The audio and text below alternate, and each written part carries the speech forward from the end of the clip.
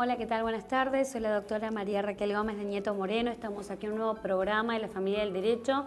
Este es un programa que hacemos desde el estudio de IJC Abogados Red Nacional, que tiene su domicilio en Avenida Alvear, 358-2760, primer piso en Benavides. Recuerden que nuestros días y horarios de atención son de lunes a viernes, de 19:30 a 21. Hola, ¿qué tal? Buenas tardes. Soy el doctor Rodolfo Nieto Moreno. Hoy en un nuevo programa de la Familia del Derecho.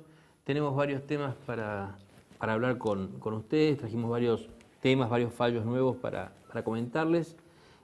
Uno respecto a un régimen de comunicación con hijos, como se llama hoy, o lo que es el régimen de visitas, y que es interesante porque, después vamos a detallarlo bien, pero es interesante porque una mujer, la madre, trató de impedir el régimen de visitas normal, o sea, la comunicación con hijos, basándose en una falsa denuncia de abuso, que lamentablemente es un tema que está pasando bastante seguido. Falsas denuncias de abuso, falsas denuncias de violencia familiar, con el solo hecho de excluir al padre y privarlo de contacto con sus hijos. Después tenemos otros temas que ahora va a comentar la doctora. Sí, muy bien. Bueno, lo que yo me voy a referir van a ser de dos fallos específicamente laborales. Uno respecto de que cuando el abandono de trabajo queda configurado, a pesar de que uno puede enviar un telegrama laboral frente a una cuestión como puede ser una cuestión de salud y se envía el telegrama laboral, y la otra parte termina configurando el abandono de trabajo, obviamente luego frente a una pelea judicial que se va a hacer o que se hace en este aspecto, frente a este comentario que voy a hacer respecto de un fallo, y que finalmente se rechaza la demanda propuesta o en este caso promovida por la parte trabajadora, por un lado. Y por otro lado, el llamado o el famoso llamado artículo 80, que es la entrega de los certificados de servicios y remuneraciones, cuándo corresponde y cuándo de alguna manera se tiene de alguna forma como una obligación por parte del empleador, y cuando cabe la posibilidad de que esa indemnización por la falta de entrega de ese aporte o de ese artículo, del artículo 80 del certificado de servicios y remuneraciones, es viable o no. En este caso, de alguna manera, se resulta procedente esa multa. Ya voy a hacer un detalle respecto de ese fallo concreto, pero van a ser directamente dos fallos laborales que voy a estar comentando ya en próximos minutos. Lo que yo le quería hacer hincapié, sobre todo en materia laboral, siempre lo hacemos y obviamente no va a ser esta la excepción, de que tengan en cuenta de que cualquier, circunstancia que se plantea dentro de una relación de trabajo tiene que ser comunicada vía telegrama. ¿Qué quiero decir con esto? Que si de golpe encontramos una determinada situación, como puede ser una situación de enfermedad o un estado de gravidez o un estado de embarazo, una situación de que una persona queda embarazada, tiene que comunicar fehacientemente a su empleador dicha situación, así como si las personas están imposibilitadas de poder concurrir a su empleo. Sé que en la práctica no es normal que un trabajador tenga que mandar y cursar un telegrama laboral, porque se entiende que los telegramas laborales es como sentar una postura por parte del trabajador frente a la parte empleadora. Pero tengan en cuenta que es el único mecanismo fehaciente por escrito que ha sido establecido legalmente para que, si luego de ser necesario llegar a un pleito, sería el mecanismo por el cual, o el instrumento, mejor dicho, por el cual el trabajador puede probar cualquier situación en concreto. Es importante de que siempre toda comunicación se realice, como dice la ley, de manera fehaciente y por escrito, para que quede una prueba documentada, para que pueda servir obviamente en algún momento si se plantea algún pleito. Vamos al fallo directamente. Vamos al fallo que les adelanté, régimen de comunicación con hijos, una falsa denuncia de abuso, ¿no? Nosotros en el estudio recibimos muchos casos en los que vienen los padres a tratar de lograr un régimen de visitas o comunicación con hijos en virtud de que han sido privados ilegítimamente por algunas madres que cometen el error de hacer una falsa denuncia de abuso o una falsa denuncia de violencia familiar, y en base a eso pretenden privar al padre de su contacto con los hijos. Más allá de que después sí también están reclamando cuota alimentaria, pero no quieren que los chicos estén con el papá. Eso es un grave error. Además estamos hablando de un delito acá, porque el hacer una falsa denuncia es un delito. Entonces, tratamos de sugerir a las madres que tengan esa idea, porque a veces mal asesorados o a veces le dicen vecinos, no, pero hacerle una denuncia, sacátelo de encima, meterle una denuncia de violencia familiar y te lo sacás de encima, lo excluís del hogar. Lo hacen, se lo excluye, el juez no va a analizar los hechos, sino como medida cautelar lo va a excluir. Y después de eso a veces, después que lo sacan, meten otra pareja en la casa, porque a veces son relaciones concubinarias y de golpe lo sacan de la casa al presunto violento y ya lo dejaron en la calle. Son cosas que sí generan violencia. Ojo con esas falsas denuncias, porque más allá de ser delito, la falsa denuncia, son actos que generan violencia en sí mismos. Porque la persona que es inocente y que la acusan de un delito grave, como es el abuso deshonesto, y en el que incluso puede ser hasta privado de libertad, porque si el fiscal considera pertinente la denuncia, siendo falsa denuncia, pero la considera pertinente, por precaución le dicta la prisión preventiva, estamos hablando de que esta persona puede ser privada de libertad por una falsa denuncia, por un caprichito de una señora que no quiere que sus hijos estén con el padre, porque sí, porque está peleada con la pelea de adultos, la traslada a los menores. Eso es lo que nosotros tratamos de que entiendan, que la pelea de adultos es una cosa y la relación padre-hijo es otra. Y ustedes tienen que tratar de que el tema de los adultos lo resuelvan entre ustedes y no trasladar los problemas a los chicos. No trasladar los problemas a los chicos. En este caso que nos ocupa, se planteó, como decimos, la falsa denuncia de abuso deshonesto y el juzgado rechazó la denuncia, ¿no? Y consideraron que la explicación que da el demandado respecto de la sospecha de comportamiento sexual inadecuado para con su hija viene de la mano del supuesto revanchismo, resentimiento, celos del actor hacia su persona, y esto pudo ser debidamente acreditado en el expediente. Este tipo de cosas, este tipo de falsas denuncias, lo único que hace es entorpecer el accionar judicial.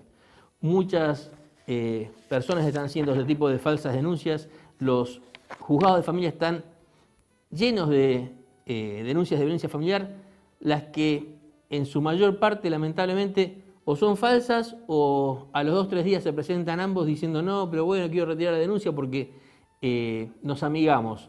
Y eso lo que hace es que las personas que son realmente víctimas de violencia familiar lamentablemente no puedan acceder como corresponde a la justicia y a veces la justicia llega tarde como consecuencia de estas falsas denuncias que lo único que hacen es hacer gastar tiempo y dinero al Estado, más allá de ser una real injusticia porque estamos acusando falsamente a una persona que es inocente. Así es, tengan en cuenta que cuestiones de familia son cuestiones reservadas, sí, a la justicia y a las partes, y que lo que justamente se comentaba, que las falsas denuncias impiden lo que corresponde de alguna manera al derecho de los hijos de tener contacto con sus padres, lo dice también la Convención de los Derechos del Niño. Lo que hay que entender es que en los juzgados de familia, dentro de los procesos de familia, está el artículo 12 de la Convención de los Derechos del Niño, que es justamente la posibilidad de que el niño sea evaluado, sea oído y que él se pueda manifestar. Y de alguna manera se torna como de incumplimiento imposible cuando hay una causa de este tenor, sobre todo una causa penal por abuso y que en definitiva fue una falsa denuncia. Lo que tienen que ver sobre todo las personas que radican falsamente este tipo de denuncias, qué grado de daño le están haciendo a los menores, sobre todo porque privándolos del contacto no van a solucionar definitivamente el alejamiento de manera absoluta del padre no conviviente. Entonces lo importante es saber de que si hay algún problema o alguna cuestión que se plantea con los niños frente a los padres no convivientes, de que lo tengan que manifestar ante un juzgado y que el juzgado a través del equipo técnico pueda desentrañar cuál es la problemática que el niño plantea frente a la negativa de poder ver a su padre, pero no eso dé lugar para que la madre en este caso o el padre que convive con ese menor radique una denuncia no solamente infundada, sino falsa. La falsa denuncia, como decía el doctor, es un delito, así como el delito en sí mismo, como aquel que en este caso se estaba trabajando, como es el abuso sexual, que es un delito penal, también la falsa denuncia lo es. Y tiene obviamente una penalidad y multas fuertes que de alguna manera la Fiscalía tendrá que investigar y de considerar que está calificada esa conducta tipificada en el Código Penal, bueno, le impondrá la sanción que corresponde como cualquier causa penal al respecto. Pero a tener en cuenta que no es la salida que tienen muchos padres que conviven con sus hijos de realizar estas denuncias, y en esto también atañe las falsas denuncias de violencia doméstica, porque esto también existe en la justicia y obviamente la justicia tanto penal como la justicia de familia tienen que tomar cartas en el asunto para entender e interpretar si se está frente a una verdadera víctima. Porque, digo, tenemos por público y notorio conocimiento y en los medios masivos de comunicación sale muy a menudo que muchas víctimas de violencia terminan en femicidios, casos muy típicos, justamente el día de ayer, una de las víctimas prácticamente sufrió la quema de su vehículo y también la quema de su propia casa, de su propia vivienda. Justamente en compañía de sus propios hijos, es decir, el supuesto agresor intentó prenderle fuego y esto obviamente es prácticamente es una nota muy común que vivimos en los medios masivos, que vemos en los noticieros, que leemos en los diarios. Teniendo vigente una restricción de acercamiento, ¿no? Exacto, por eso una cosa lleva a la otra. El régimen de visitas es muy común que muchas madres aleguen no quiere ver al menor, no quiere ver a su padre y que, bueno, esto muchas veces tiende a que se realice la causa de violencia doméstica. Si la causa de violencia doméstica es una causa razonable, justificada y es real, desde ya que el tribunal y la justicia, tanto de familia como la justicia penal, tendrá que tomar intervención y tendrá que ordenar las medidas autosatisfactivas que siempre mencionamos. Tengan en cuenta que hoy por hoy no solo el juzgado de familia es el que se pone a trabajar y se pone en marcha todo el instrumento legal o toda la estructura legal que se tiene en esta materia, sino también la Fiscalía lo tipifica como lo que es una conducta reprochable y que de eso implica de que si hay lesiones, obviamente se llevará adelante una investigación que hace la Fiscalía con una imputación en concreta y en contrario justamente de la del supuesto abusador en este caso o de alguna manera el supuesto infractor de la ley de violencia doméstica. Tengan en cuenta, volvemos a repetir, no es la herramienta idónea para evitar el contacto de los chicos frente al papá que no convive. No, y más allá de eso, o sea, lo que nosotros planteamos es que ese tipo de actitudes lo único que hace es perjudicar a las que realmente son víctimas de violencia familiar. Nosotros con esto lo que decimos es que las personas que van a la justicia a hacer falsas denuncias, lo único que hacen es entorpecer el normal funcionamiento de los tribunales y a su vez hacen que un fiscal descrea después de las denuncias o que la policía misma, la Comisaría de la Mujer, a lo mejor trate mal a una persona que realmente es víctima de violencia familiar porque ya está cansado de escuchar falsas denuncias, ¿no? Hay gente que dice, no, sí, porque vino y me pegó, vino y me ató y después me pegó. Nosotros tenemos infinidad de casos así, donde la denuncia no existió. Casos concretos donde le ha dicho, vino, me gatilló con el arma reglamentaria, me puso el arma reglamentaria en la cabeza y me gatilló en la cabeza. Cuando nunca existió ese acto de violencia y perjudicándolo, personas que eran miembros de fuerzas de seguridad, perjudicándolo incluso hasta en su carrera. Este tipo de cosas no pueden existir. Nosotros tenemos muchos casos donde incluso gente que pertenece a empresas de seguridad y que les hacen falsas denuncias. ¿Y qué pasa? Cuando viene una persona que es pareja de un miembro de las fuerzas de seguridad o de las empresas de seguridad, dice, bueno, pero tiene portación de armas, ya presumen que la persona es violenta. Cuando esta persona lo único que hace está trabajando como corresponde y tiene por encima de su cabeza una presunción en contra. Dice, no, ¿por qué? Porque porta arma. Y la persona va lo más tranquila, hace la denuncia como que le apuntó, que le tiene arma cargada y le gatilló en la cabeza. Son cosas que no deben existir y tienen que estar severamente penadas.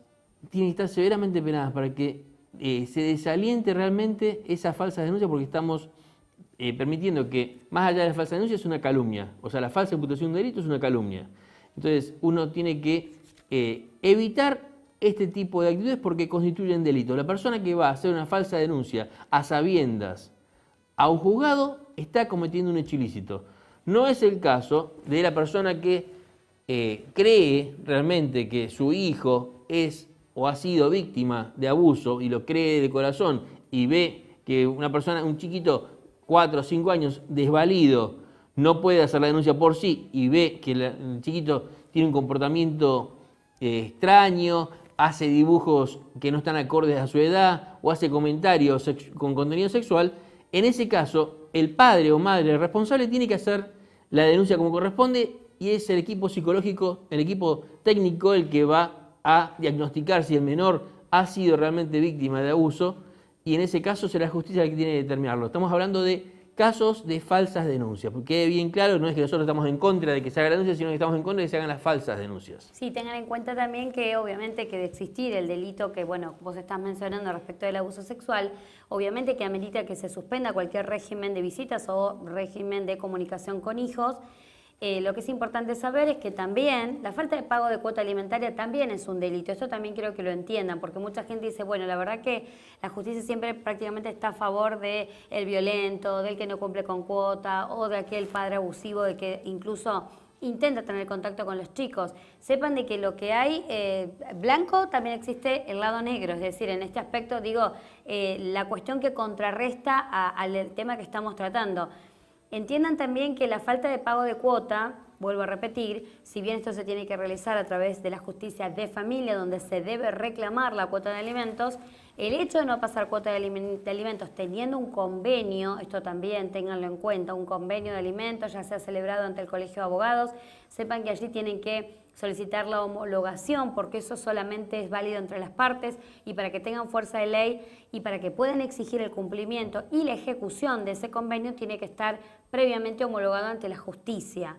Por un lado, la falta de pago de cuota alimentaria de convenios homologados, ya sea convenios celebrados ante el Colegio de Abogados que luego pasan a ser homologados o de convenios ya celebrados en la justicia, la falta de pago de cuota al margen de que puede traer aparejada la ejecución, trae aparejada lo que llamamos deberes, el incumplimiento de los deberes de asistencia familiar, que esto justamente es una causa penal que se inicia ante la Fiscalía y que se lleva, en este caso, la conducta del padre que no abona la cuota alimentaria a que le sea reprochable esa conducta por la justicia penal. Obviamente se tendrá que presentar. Tengan en cuenta de que, digamos así, por decirlo de alguna manera, si muestra buena voluntad y buena fe, en este caso el supuesto infractor de la ley de incumplimiento de los deberes de asistencia familiar, con solo aportar una cuota alimentaria el delito cesa. Tengan en cuenta eso, sobre todo porque muchas mamás nos plantean y dicen, bueno, quiero además de iniciarle el caso de la cuota alimentaria, de la causa judicial, se homologa el acuerdo y se celebra el acuerdo y este está homologado, de que finalmente qué es lo que ocurre cuando el padre no cumple. Al margen de que hay mecanismos de ejecución donde se puede trabar embargo, donde se pueden retener los saberes, en este caso del demandado, para que la misma empresa o el empleador deposite lo que corresponde en materia de cuota de lo que el juzgado le vaya a cursar por medio de un oficio judicial y que lo tengan que depositar en una cuenta bancaria, ya sea abierta por el juzgado o abierta por la madre en este caso o el alimentado, es importante de que en ambos aspectos hay medidas de ejecución, pero tengan en cuenta que también el hecho de no pasar cuota alimentaria es un delito y que tiene que ser sancionado también por la justicia penal. Bueno, vamos, si les parece, a una breve pausa. Recuerden que somos haciendo el programa de la familia del derecho del estudio de JC Abogados Red Nacional. Nuestros horarios de atención están allí en pantalla de lunes a viernes de 19:30 a 21. Estamos en Avenida Alvear 358 o 2760, primer piso en Benavides, para aquellas personas que necesiten concertar una entrevista en días especiales como un día sábado. Podemos atenderlos al mediodía, pero previa concertación de entrevista fijando día y horario. Así que cualquier cosa estamos a su entera disposición. Vamos entonces a una breve pausa y ya volvemos con más la familia y el derecho. ¿Ya va de salida? Sí. Ay, yo que le traía eso.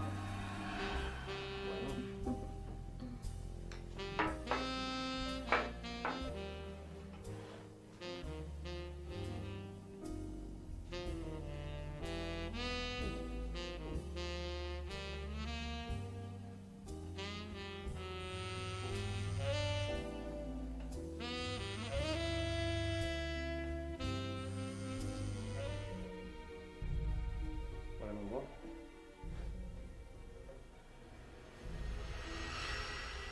Feliz aniversario.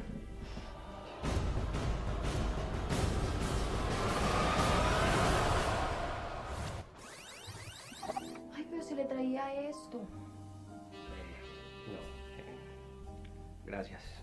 Disfrútalas.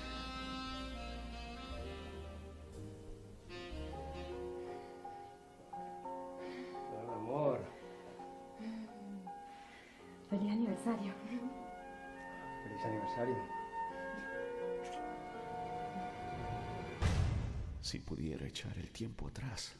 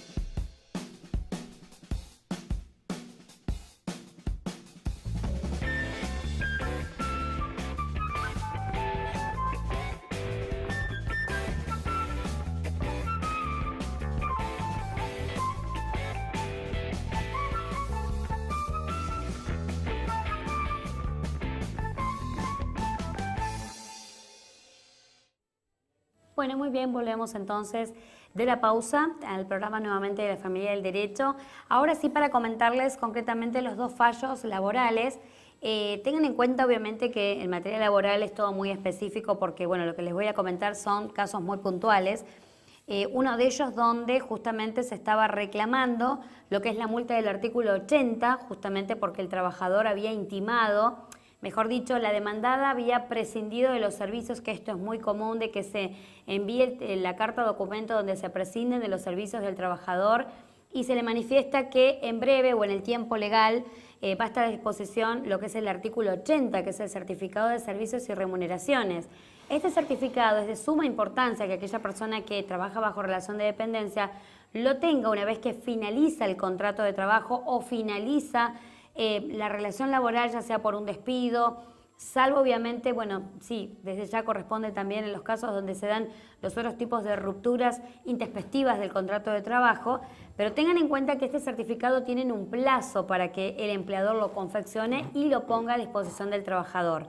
En este caso en concreto, bueno, el empleador manda, entonces, como bien digo, la carta documento prescindiendo de los servicios del trabajador, manifestando que en el tiempo de ley estarán a disposición y será la efectiva entrega del certificado del artículo 80. Recuerden que el certificado del artículo 80 es aquel certificado donde dice cuánto tiempo se trabajó, cuánto fueron las remuneraciones de cada periodo del cual el trabajador ha dispuesto su fuerza de trabajo en esta empresa o bajo un empleador, ya tómese como persona física o jurídica.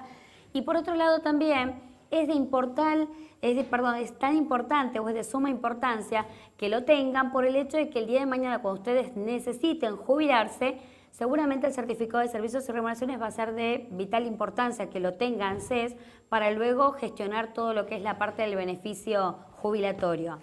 Por eso es lo importante de que si no se establece en tiempo y forma y no se entrega, le cabe a la empresa una multa equivalente a 3 meses de sueldo que obviamente debía percibir el trabajador. En este caso, bueno, la justicia hace lugar, manifiesta y se pronuncia a favor de esa multa por considerar que no fue otorgado en tiempo y forma. Obviamente, de alguna manera se plantea el pleito, el fallo de primera instancia dice que tiene que hacerse lugar a la multa del artículo 80, teniendo en cuenta de que la empresa no había confeccionado en tiempo y forma ese certificado. Lo que hace la demandada apela y manifiesta que cuando ella directamente consideró y prescindió de los servicios del trabajador, había puesto a disposición por ley ya obviamente el certificado del artículo 80, cuestión que no pudo finalmente ser probada, sobre todo porque uno de los argumentos que ellos establecían es que el actor no había pasado a retirar el certificado del artículo 80, pero viendo las probanzas de autos, consideraron que con fecha 14 de julio del 2014 la demandada notificaba de que rescindía el contrato de trabajo y manifestaba que se encontraba a disposición directamente del certificado. Esto ameritó de que se realice lo que llamamos SECLO, que es mediación laboral. En esa mediación se dejó constancia que la empleadora quería entregar este certificado y también se dejó constancia que el trabajador se había rehusado a recibir estos certificados porque no habían sido confeccionados en tiempo y forma, volviendo a hacer alusión a este tipo de argumento. Lo que determinó la Cámara es que, volviendo al punto, con fecha 14 de julio del 2014, la empresa notificaba de que prescindía los servicios, pero recién, viendo la confección y la fecha de este certificado de servicios y remuneraciones, se había determinado que recién con fecha 4 de junio del año 2015, casi un año después, recién estaba desvinculada la parte y recién estaba confeccionado el certificado de artículo 80, con lo cual lo que establece es que el plazo de ley habla de 30 días desde que se desvincula a un trabajador. Desvinculado al trabajador tiene un plazo de 30 días para que con el contador la empresa, llámese persona física como empleadora, redacte y entregue y confeccione y entregue a su empleado el certificado del artículo 80. Esto no se había hecho en tiempo y forma, que es lo que justamente la Cámara determinó, y por ende confirma el fallo de primera instancia y condena, donde dice que condena a la empresa por resultar procedente la multa del artículo 80 por entender de que no fue entregado en tiempo y forma. Este fallo que comenta la doctora es importante porque muchos casos que vienen a estudios, si bien nosotros no somos previsionales, nos vienen con consultas, no, porque me faltan 4 años, faltan 5 años para la jubilación y yo trabajé en blanco en tal empresa. Ustedes tienen que exigir el certificado de aportes. Y de esa forma ustedes van armando una carpeta. Cuando son jóvenes no se preocupan, pero después cuando se acerca la fecha jubilatoria, cada año suma y es importante. Entonces, si ustedes llevan una carpeta con control y tienen de todos los lugares donde estuvieron trabajando en blanco los aportes como corresponde, la certificación que estamos hablando de certificación de aportes y remuneraciones, que es lo del artículo 80 que estamos haciendo mención, con esa certificación guardada como corresponde en un folio, una carpeta, cuando entreguen eso al abogado previsionalista, es todo mucho más sencillo para poder tramitar la jubilación y de esa forma no van a tener la jubilación o eventualmente si la viuda tiene que tramitar la pensión. Son cosas que facilitan, uno tiene que pensar en eso. Muchas veces los chicos jóvenes cuando están trabajando no les preocupa el tema de los aportes, cuando los despiden lo que les interesa es cobrar la indemnización y listo, y el artículo 80 no les importa, y nosotros les decimos desde acá que es muy importante porque después cuando se quieren jubilar, nosotros tenemos casos donde rechazan la jubilación y le falta 4 o 5 años de aportes, que son 4 o 5 años de aportes que a lo mejor teniendo esos certificados podrían justificarlos sin ningún inconveniente. Entonces, tengan presente esto porque realmente es algo que, primero es un derecho de ustedes tener el certificado, son aportes que a veces, incluso por no pedirlos como corresponde, a veces los empleadores no los hacen, no los han hecho en tiempo y forma. Y eso también hay que tener en cuenta, incluso controlar el tema de los aportes, pedir la sábana de aportes mientras están en uso, mientras está vigente la relación laboral, porque eso incluso es causal para considerarse despedido. Así que consideren el tema de controlar los aportes que está haciendo el empleador, pidan la sábana de aportes de ANSES para ver si no lo están haciendo en tiempo y forma, reclámenlo por telegrama y si no tienen derecho a considerarse despedidos. Y además, si lo están haciendo en tiempo y forma, después, si los despiden, pidan este artículo 80 porque es importante que ustedes tengan esa constancia para después los trámites previsionales. Sí, recuerden también que lo dice el mismo nombre, es el certificado de servicios, de los servicios que usted prestó en nombre de la empresa o del empleador, y de remuneraciones, donde está especificado todas las remuneraciones que usted percibió como consecuencia de su prestación de trabajo. Por un lado, entonces es muy importante que lo tengan. Lo mismo que en el caso de las personas que van a tramitar el fondo de desempleo, recuerden también que necesitan telegrama. Las personas que renuncian a su puesto de trabajo y que ya han enviado y han cursado telegrama de renuncia laboral, ya no es pasible que puedan ser beneficiadas con este beneficio, valga la redundancia, del fondo de desempleo. Tengan en cuenta que solo son para aquellas cuestiones de despido o desvinculación laboral, pero tienen que haber un telegrama laboral donde ustedes se consideren despedidos por un motivo X. Uno de ellos podría ser el tema de no tener los aportes en regla. Por eso es importante que siempre saquen una sábana de aportes. Ustedes se van con el DNI al ANSES cercano a su domicilio, piden una sábana de aportes, cotejan. Recuerden que cuando tienen un recibo de sueldo siempre tienen el quit de la empresa o el quit del empleador y abajo obviamente todos sus datos, ya sean datos bancarios, datos de su CUIL, todo aquello y su nombre y apellido para identificar el recibo. Lo que es importante es saber si ese quit de la empresa coincide con los aportes, porque lo van a ver como si bien es una serie de números que se desconocen o a simple vista que no se entiende, pero es importante de que consulten a un abogado para que miren esos aportes previsionales para ver si están bien hechos y bien efectuados, porque recuerden que parte de los aportes no es que lo hace directamente el empleador automáticamente de su bolsillo, parte se lo retienen a ustedes de su sueldo, hay un porcentaje de ley que se retiene y que ustedes tienen que saber a dónde va. Y que si finalmente se evadió y no se imputó a los aportes, estamos hablando de una evasión, en este caso, previsional. Entonces es importante que ustedes dispongan de esa documentación, dispongan de los aportes al día, porque es uno de los motivos por el cual ustedes incluso pueden pedir el despido, considerarse despedido en función de que no tiene, digamos, una obligación legal como es justamente no solo abonar el sueldo, sino también hacer los aportes y las contribuciones a las cargas sociales y a las cargas de previsión social. Es importante que estén al día para evitar de que si mañana pasado usted se desvincule de la empresa y no tiene los aportes al día, va a llegar en un momento su edad jubilatoria y va a tener el inconveniente de poder justificar esos años porque los aportes no están efectuados. Entonces es importante que ustedes mantengan un control respecto de estos aportes. Y si que finalmente los aportes no están efectuados, reclame, como dice el doctor, por telegrama laboral. Recuerden que el telegrama es gratuito, de envío gratuito, a los efectos de que puedan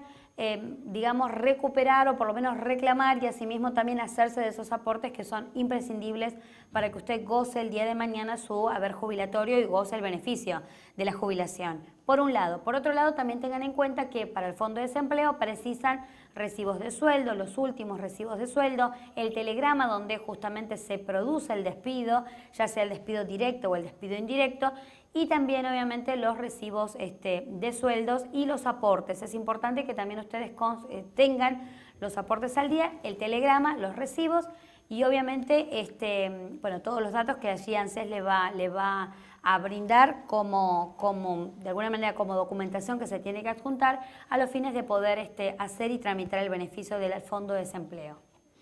Uno de los casos resonantes respecto del tema de la evasión de los aportes previsionales es el caso de Cristóbal López, el de C5N, cuando todos los empleados verificaron que no habían sido hechos sus aportes, y estamos hablando de cifras millonarias que habían sido evadidas por Cristóbal López, teniendo la responsabilidad de tener varios medios de comunicación, y sin embargo evadió sus obligaciones de pagar los aportes como corresponde a todos los trabajadores de la planta, y con esa plata obviamente después hacía otro tipo de negocios. Esa plata es plata sucia, es plata de evasión impositiva. Cuando uno habla de lavado de dinero, no es solamente el lavado de dinero de la plata. Uno piensa lavado de dinero y enseguida lo asocia con la droga. El lavado de dinero puede ser lavado de dinero de plata que uno evade ante la FIP. Uno evade dinero, no paga los aportes como corresponde. La plata que uno no aportó al Estado es plata sucia. Esa plata después la hace ingresar al mercado financiero y está lavando dinero. O sea, toda la plata que uno obtiene en forma ilegal, ya sea por medio de juego clandestino, por medio de tráfico de estupefacientes o, por ejemplo, la evasión impositiva, también es plata sucia. Y el hacerla ingresar al mercado financiero es la forma de hacer lavado de dinero. Por eso es que es importante que ustedes controlen esto, porque si no también están haciendo que los empleadores obtengan ganancias desproporcionadas por una cuestión de que uno dice, no, pero bueno, que los aportes no me interesan. No son tus aportes, son los aportes de todos los empleados. Si lo hace con vos, seguramente lo va a estar haciendo con todos los demás, y estamos hablando de que con eso se benefician los empleadores. Ustedes tienen que reclamar lo que corresponde. Sí, así como también, hablando del tema de aportes, lo que son también las contribuciones a la obra social. Muchos trabajadores tienen el inconveniente que cuando se quieren atender encuentran que justamente no está hecho el aporte al día. Entonces esto es importante que ustedes verifiquen. ¿Por qué? Porque si no están hechos los aportes, en el caso de los aportes previsionales, usted puede llevar a un juicio a la empresa, en este caso al empleador, a los efectos de que regularice la situación de los aportes previsionales. Esto amerita justamente el inicio de un proceso judicial. Pero bueno, siempre tengan en cuenta de que es importante que los aportes estén efectuados en tiempo y forma. Antes teníamos las AFJP, que eran, de alguna manera eran aseguradoras o acumuladoras, por decir, de aportes en carácter privado. Recuerden que esto, bueno, luego ya se hizo público, se traspasaron, pero usted tiene que contar. No importa si hablamos frente a un trabajador que tal vez esté hace 40 años o está aún trabajando, está en una actividad laboral, 50 años de servicio, porque sé que mucha gente, aún cuando tiene el beneficio jubilatorio, mucha gente no les alcanza con el haber mínimo que cobran en concepto de jubilación y tienen que salir a disponer nuevamente y prestar un servicio a los efectos. Tal vez no lo hacen en blanco porque el beneficio jubilatorio caería, pero tengan siempre en cuenta de que es importante de que dentro de la actividad laboral, bueno, tienen que tener los aportes al día. Sí, ¿queremos comentar algo más? Sí, quería acotar que también pasa esto en el servicio doméstico. Ojo que con la ley de servicio doméstico ustedes tienen la posibilidad de pedir que se le haga el aporte proporcional. Me dicen, no, porque yo trabajo 3 horas o trabajo 2 horas en cada casa. Bueno, usted tiene la posibilidad de pedir el blanqueo en cada una de las casas que trabaja y que se le haga el aporte proporcional porque la ley establece eso. O sea, por más que trabaje por horas en distintas casas, usted tiene la posibilidad de que hagan ese aporte y entonces de esa forma usted va sumando antigüedad, va sumando aportes como corresponde para después poder tener su jubilación. Recuerden que las empleadas del servicio doméstico, que son las encargadas de alguna manera de casas particulares, ese es el término legal, recuerden también, como les decimos, gozan de obra social. Ustedes tienen su propia obra social. Muchas consultantes vienen al estudio y dicen, la verdad que desconocía que tenía una obra social. Obviamente hablamos de gente que está debidamente registrada y que tiene un recibo de sueldo. Es importante saber de que ustedes tienen todos los beneficios y que si el día de mañana tienen que irse de su puesto de trabajo, tienen derecho a percibir.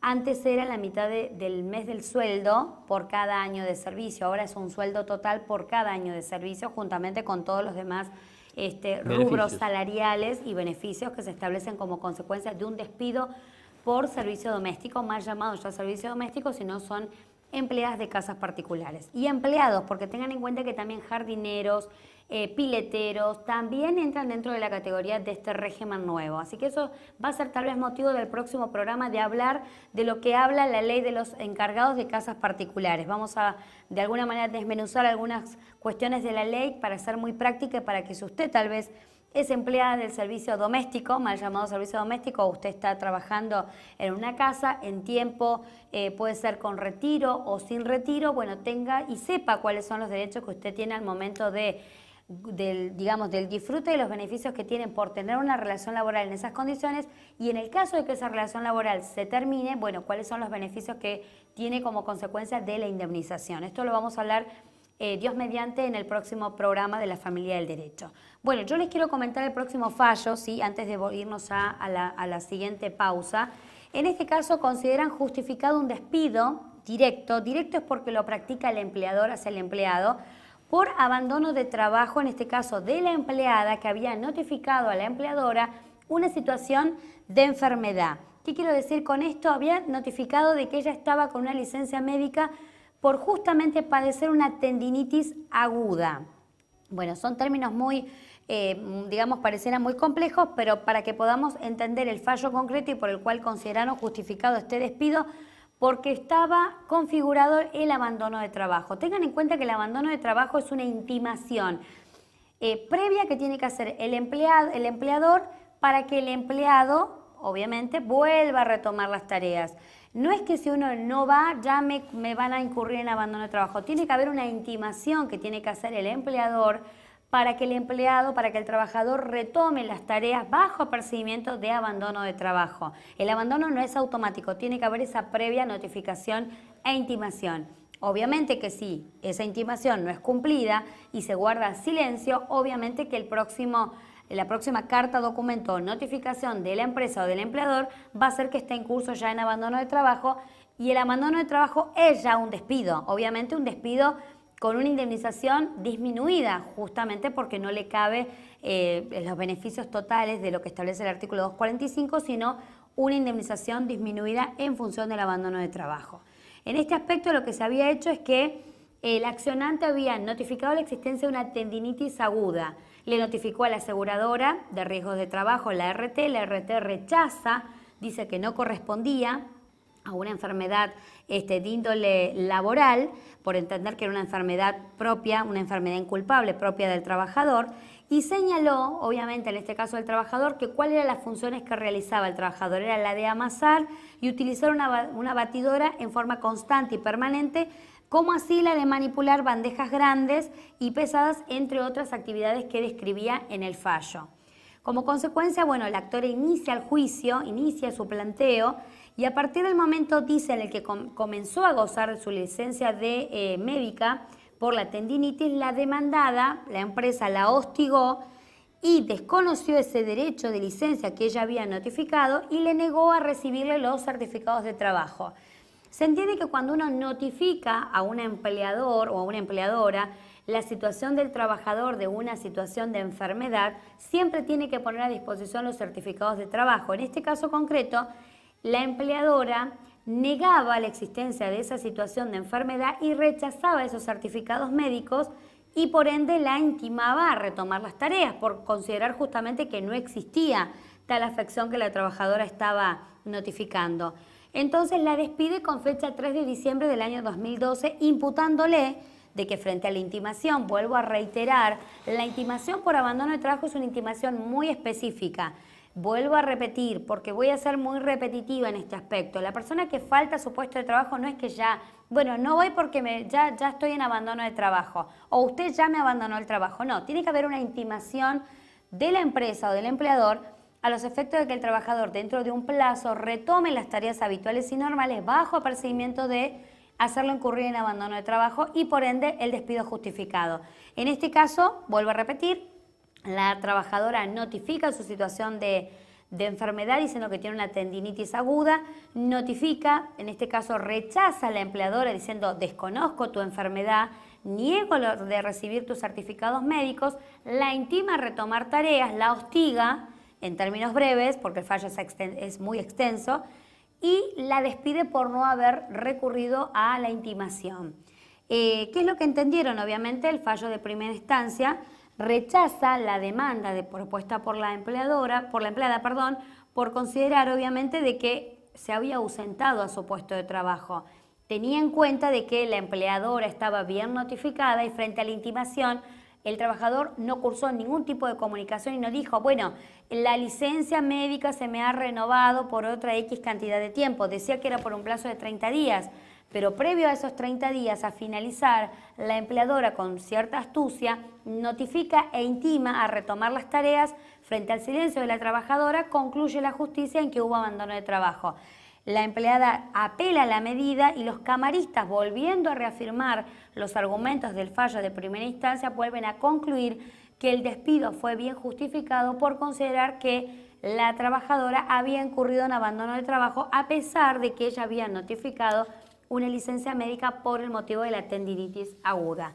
Bueno, de alguna manera, en modos más sencillos, la empleada quiso notificar una situación de enfermedad, lo hizo por un plazo concreto, la empleadora con cierta astucia rechaza esa situación de enfermedad, no solo dice te niego a recibirte los certificados médicos que me pones a mi disposición, sino que además, pasado un tiempo, que ella dijo 20 días voy a estar incapacitada, la intima a retomar, no retoma las tareas, la hace incurrir en una próxima notificación, en una próxima misiva, la hace incurrir en abandono de trabajo. Por eso está muy bien configurado, obviamente, el despido directo y por eso la justicia laboral, ya sea en primera instancia como en Cámara, a través de la Sala Séptima de la Cámara Nacional de Apelaciones del Trabajo, consideró que estaba bien otorgado el despido por abandono de trabajo. Esto podría haber sido evitado si hubiesen consultado, como corresponde a un abogado, ante la carta documento enviada por el empleador. Muchas veces cuando les intiman a retomar tareas y la persona todavía tiene secuelas como consecuencia del accidente o enfermedad profesional, nosotros lo que hacemos es mandar un telegrama al empleador solicitando se le otorguen tareas livianas. Y con las tareas livianas, si el empleador dice bueno, que en su lugar de trabajo no existen tareas livianas, bueno, en ese caso por lo menos estaría contrarrestado el tema del abandono de tareas, porque de esa forma uno está poniendo en mora al empleador. Uno está pidiendo que se le otorguen tareas administrativas o tareas que no tengan ningún tipo de esfuerzo y de esa forma uno no dice no voy a ir o no deja ir directamente. Directamente lo que está pidiendo es que se otorguen tareas livianas, que la ley te permite pedir ese Sí, tengamos beneficio. en cuenta que ahí tenemos que contar también con un certificado médico que avala esta situación. Es decir, cuando el facultativo dice, está bien, no está capacitado para retomar las tareas habituales y normales, pero sí otorgo o sugiero que se otorguen tareas livianas. Tengan en cuenta de que sí, usted le comunica a la empresa la necesidad, conforme a ese justificativo médico, de que se le otorguen las tareas livianas, y si la empresa no dispone de tareas livianas, como pueden ser tareas administrativas, bueno, se entenderá de que se tiene que lograr el despido, obviamente indirecto, porque quien se considera en este caso despedido va a ser el trabajador. Recuerden que el despido directo lo practica el empleador y el indirecto es el que se hace como consecuencia de que el trabajador es el que se considera despedido por X motivos. Uno puede ser falta de pago de los aportes, en este caso falta de, obviamente, de la licencia médica no fue tenida en cuenta. Bueno, justamente lo hace bajo percibimiento de que si no es tenida en cuenta, no recibe los certificados y está bien notificado y obviamente no le hubiera permitido que la empresa le hubiera otorgado o mejor dicho, le hubiera intimado a retomar las tareas porque tenía que haber contestado, bueno, esto es lo que configuró y concluyó en este fallo. Volviendo al punto de lo que vos comentabas, es importante que toda comunicación la efectivicen de manera telegráfica, volviendo al punto de lo que hablábamos en el bloque anterior. Sobre todo porque cuando hablamos de situaciones de enfermedad o circunstancias que incapacitan al trabajador, es motivo valedero para que la empresa diga rechazo y quiero que retomen las tareas. Y si estamos frente a una situación de enfermedad, que esas tareas estén justificadas cuando van a ser livianas. Y cuando las tareas no pueden ser otorgadas, que la empresa tiene obligadamente que despedirlos y pagarle la indemnización correspondiente en función de que no cuentan con las tareas que otorga o que de alguna manera debería tener y que al no disponerlas, bueno, y conforme también al certificado médico que tiene que tener el trabajador, donde argumente la necesidad de que tiene que serle otorgadas estas tareas, bueno, se tiene por configurado obviamente el despido. Pero bueno, sé que de alguna manera suena, digamos, engorroso entender términos muy legales en materia de laboral, sobre todo abandono de trabajo, de qué manera procede. Entendemos también de que si usted está atravesando una situación así, bueno, nos comenten o nos consulten, sobre todo porque la gente frente al desconocimiento, que obviamente no tienen por qué conocer las normas, pero de alguna manera frente al desconocimiento, para evitar justamente de que hayan abandonos de trabajo, indemnizaciones disminuidas, justamente por entender de que no han contestado en tiempo y forma. No se olviden de que el intercambio telegráfico es lo que luego los posiciona a ambas partes, trabajadores y empleadores, en un posible juicio. Entonces es importante de que todo esté conforme a lo que marca la ley.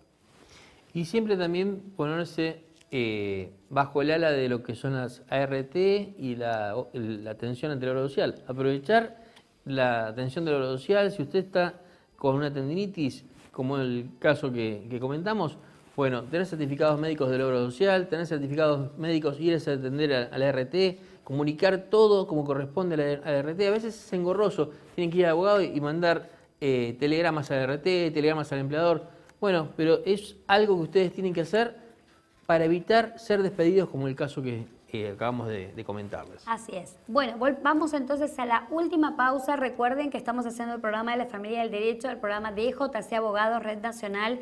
Nuestras vías de comunicación es el 11-5633-7347 u 11-3402-6641. Estamos a su entera disposición. Como siempre decimos, haga valer sus derechos, porque el derecho que no se ejerce se pierde. Ahora entonces vamos a una breve pausa y ya volvemos con más La Familia del Derecho. Te presentamos la nueva Licencia Nacional de Conducir, con cambios que la hacen mucho más segura y confiable.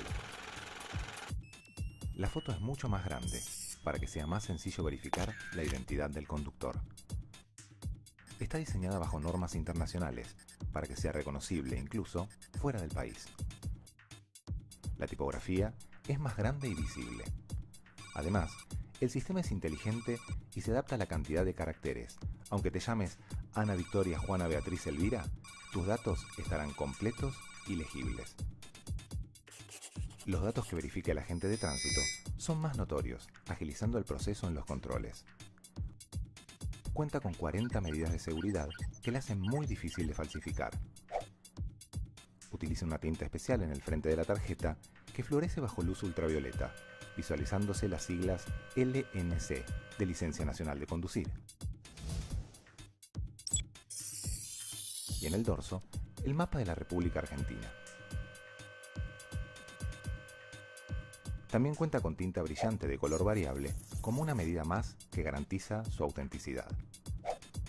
Una nueva licencia, con tecnología de última generación, para que te muevas más seguro.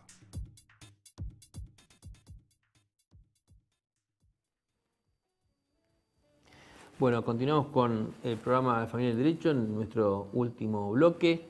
Queremos comentarles también otro fallo que nos pareció interesante. Nosotros en varios programas hemos hablado de la posibilidad de hacer una demanda por daños y perjuicios, por daño moral, en el caso del no reconocimiento de paternidad. Las demandas de filiación, nosotros siempre decimos que la madre puede iniciar una acción de filiación y a su vez, después con el resultado, iniciar una demanda por daños y perjuicios contra el padre por el solo hecho del no reconocimiento de paternidad. Esas demandas prosperan, hemos tenido muchos fallos e incluso hay fallos de Corte Suprema y fallos de la Suprema Corte de la Provincia de Buenos Aires en los que está establecido que lo único que hay que probar es el hecho de que el padre tenía conocimiento de la existencia de la criatura y que teniendo conocimiento no fue reconocido, a sabiendas, o sea, por testimonios, por fotos, por cartas que le hayan mandado, una carta documento intimándolo. Bueno, esas son todas pruebas que pueden aportarse para mostrar que él tenía acabado conocimiento del nacimiento de la criatura. Si él, o incluso se puede hacer previo, tenía conocimiento del embarazo de la mujer y que él en ningún momento se acercó, la contuvo, la acompañó, le sacó una obra social, por ejemplo, o la mandó a hacer estudios como corresponde, como cualquier padre, como corresponde estar con la madre hasta el nacimiento de la criatura. ¿No lo hizo? Bueno, el fallo que vamos a hacer referencia estableció una sentencia condenatoria hacia el padre que no hizo voluntariamente el reconocimiento de paternidad y lo condenaron a pagar 160.000 pesos. De la siguiente manera, 70.000 pesos por el daño moral que sufrió la madre por el hecho del no reconocimiento en tiempo y forma, y 90.000 para el hijo, obviamente la madre en representación de los derechos del hijo, porque el hijo es menor, pero de esa forma discriminaron en la sentencia. ¿Qué tiene esto de importante? Que hasta este momento el daño moral contemplado en las demandas de filiación siempre era un reconocimiento hacia el menor. ¿Por qué? Porque el menor se consideraba un bastardo, un hijo no querido, y eso depende de la edad del menor. Obviamente, cuanto más grande, mayor es el daño.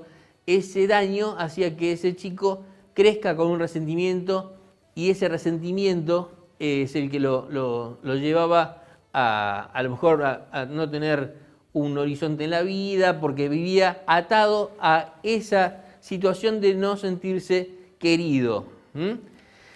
Ese daño cometido por el padre que no reconoce voluntariamente a su hijo es indemnizable, por eso es que se establece el daño moral. Ese daño moral, ya les digo, solamente probando que el padre tiene conocimiento y que no fue reconocido en tiempo y forma, prospera como demanda por daños y perjuicios. Este fallo que comentamos también contempla que la madre también sufrió daño moral por el hecho de a lo mejor acarrear un embarazo sola, llevar adelante todo un embarazo sola, tener que internarse a lo mejor a veces incluso hasta sin el apoyo de su familia. Entonces no tenía apoyo familiar y tampoco tenía el apoyo del padre de su hijo. Entonces ese daño moral, esa situación dolorosa que tuvo que atravesar la madre, llevando adelante la criatura y haciendo lo que Dios manda, que es hacer nacer a esa criatura, porque en una situación así muchos deciden el camino sencillo, que es decir, aborto. Y bueno, esta mujer que tuvo la valentía de llevar adelante la criatura y tenerla, bueno, tiene derecho a reclamar una indemnización. Así que nosotros lo que desde acá planteamos, que sabemos que hay muchísimos casos, nosotros somos especialistas en todo lo que es reconocimiento de paternidad y filiaciones, alentamos a todo aquel que es hijo no reconocido o toda madre que tiene un hijo de 5, 6, 7, 8 años o más, porque es algo que no prescribe, cuando incluso la mayoría de edad, el chico a partir de 18 años puede reclamarlo él. Entonces nosotros lo que decimos, hace la demanda de reconocimiento de paternidad, e incluso con la nueva ley vos podés hacer la denuncia, hacer la demanda por reconocimiento de paternidad y después no usar el apellido, porque lo haces a los efectos de que se reconozcan tus derechos. Pero después también podés reclamar los daños y perjuicios, porque muchas veces se da que en la mayoría de los casos también hay una desigualdad económica. ¿Qué pasa? Padre poderoso, madre con problemas económicos, y el padre poderoso muchas veces no quiere hacerse cargo de sus obligaciones, pero sí tiene sus otros hijos, los que están en una muy buena posición económica, que estudian en el colegio privado y que van a una universidad privada, y el otro hijo, que es el mismo nivel de hijo, porque la ley no hace discriminación respecto de hijos matrimoniales o extramatrimoniales, y ese otro hijo no está reconocido, no llega a fin de mes, no puede estudiar, a lo mejor se ve obligado a ir a trabajar de chico. No, no es así. La madre tiene que, la madre en representación de los derechos de su hijo, reclamar como corresponde y que su hijo esté en igualdad de condiciones con los otros hermanos y que pueda tener un futuro como corresponde, basándose en pasar una cuota alimentaria como corresponde, que el padre tiene que pasar la cuota alimentaria a su hijo o sus hijos, y a su vez reclamar el daño moral que le va a permitir por lo menos pagarse unos estudios, e incluso va a reparar en parte el hecho del no reconocimiento espontáneo, como debe ser. Reconocimiento espontáneo. Nace la criatura, el padre tiene que hacerse cargo, porque fue valiente para estar con la mujer, pero después cuando tienen que poner la firma en el registro no son valientes. Entonces, si sos valiente para una cosa, tenés que ser valiente para otra. Hacete cargo y reconocer a los hijos como corresponde. Sí, también recuerden, o por lo menos le comentamos a la audiencia, es que también el hecho de reconocer a un hijo que no es su hijo propio, también esto significa darle una identidad que no corresponde. Claro. Es importante porque también los chicos, a través de la Convención de los Derechos del Niño, tienen derecho a tener su propia identidad. Sea quien fuera el padre, es importante de que esa identidad no se la nieguen, sobre todo porque después terminamos en juicios de impugnación de paternidad y a su vez de reconocimiento paterno, porque se le hace una impugnación a aquel padre que reconoció de una manera errónea o llámese para ayudar a la madre, o sea, el verdadero, aquel hijo que quiere reconocer o que tenga su verdadero reconocimiento a su identidad con su verdadero padre, bueno, tendrá que hacer esta impugnación de paternidad para quitarse el apellido para luego hacerle el reconocimiento o hacerle el juicio de filiación al verdadero padre. O sea, tengan en cuenta de que es importante que la identidad no tiene que ser negada o no tiene que ser oculta, sobre todo porque todo niño tiene derecho a tener su identidad.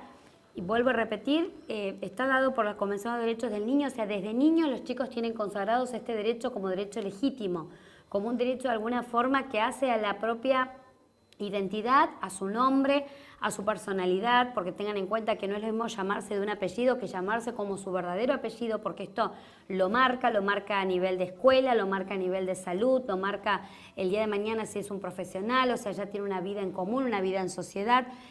Hay que ver directamente de qué apellidos es el que se le otorga. Por eso es importante de que la persona que vaya a reconocer, bueno, sepa a lo que se atiene, sobre todo reconociendo hijos que no corresponden, a no ser que se trate de adopción. En las adopciones estamos hablando de que obviamente una persona puede adoptar a otra y aparte es perfectamente legal, no es que le está dando una identidad distinta de la que es. Sepan en cuenta... Estamos hablando de un trámite legal. Exacto. Lo que estamos hablando nosotros es de la anormalidad cuando un señor se pone de novio con una chica que tiene una criatura y dice, bueno, ¿sabes qué? Voy a ponerla a mi nombre, así lo pongo a cargo mío y le doy la obra social, que es muy común. Dice, no, así le pago la obra social, lo pongo a nombre mío. Eso es sustitución de identidad. Si quieren hacerlo legal, pueden hacer una adopción simple o una adopción plena, pero no hacer la sustitución de identidad. Si el padre está, que se haga responsable el padre. Y no tampoco cometer error, como hay muchos casos en los que dice, a veces de golpe, el padre legítimo no tenía plata, pero de golpe consiguió una pareja actual que tiene recursos y bueno, no, voy a ponerlo a nombre de él porque tiene recursos. No es así. El padre es el padre y lamentablemente, si el padre no tiene recursos o el padre está detenido, bueno, sigue teniendo derechos. Y él sigue siendo el padre y el chico tiene derecho a la identidad y el chico tiene derecho a tener su apellido y a conocer cuál es su sangre y cuál es su familia de origen y tiene derecho a hacerlo. Entonces, usted no puede ir por encima de eso porque estamos hablando de un derecho que tiene raigambre constitucional. Entonces, uno tiene que hacer reconocer a su hijo por el padre, no por un tercero extraño. Sí, bueno, como siempre les sugerimos asesorizar al respecto.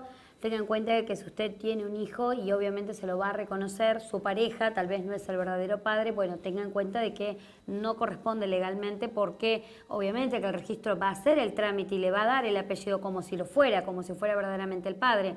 Pero lo que es importante a lo que vamos, porque como dijo el doctor, la Convención de los Derechos del Niño a través de nuestra supremacía constitucional tiene, juntamente con la Constitución, la superioridad de norma, digamos, constitucional. Entonces es importante de que al igual que los demás tratados, que han sido firmados por nuestro país, le otorgan ese derecho fundamental que es el derecho de la identidad.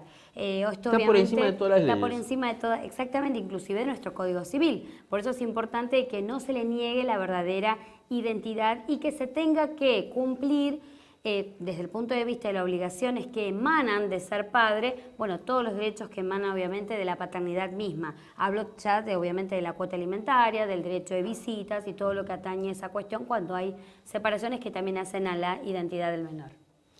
Perfecto. Bueno, vamos cerrando. Ya vamos, sí, estamos en los el últimos programa de hoy. minutos. Bien, como siempre, bueno, agradecemos ya en el último minuto que nos quedan a nuestros pastores, los apóstoles SICA, que nos permiten de aquí hacer el programa de la familia del derecho, a través del estudio TJC Abogados Red Nacional. Como siempre, estamos a su entera disposición. Pueden estar ubicándonos en las vías telefónicas que aparecen en pantalla. Y bueno, nos vemos, Dios mediante, en el próximo programa de la familia del derecho. Dios los bendiga. Que Dios los bendiga a todos.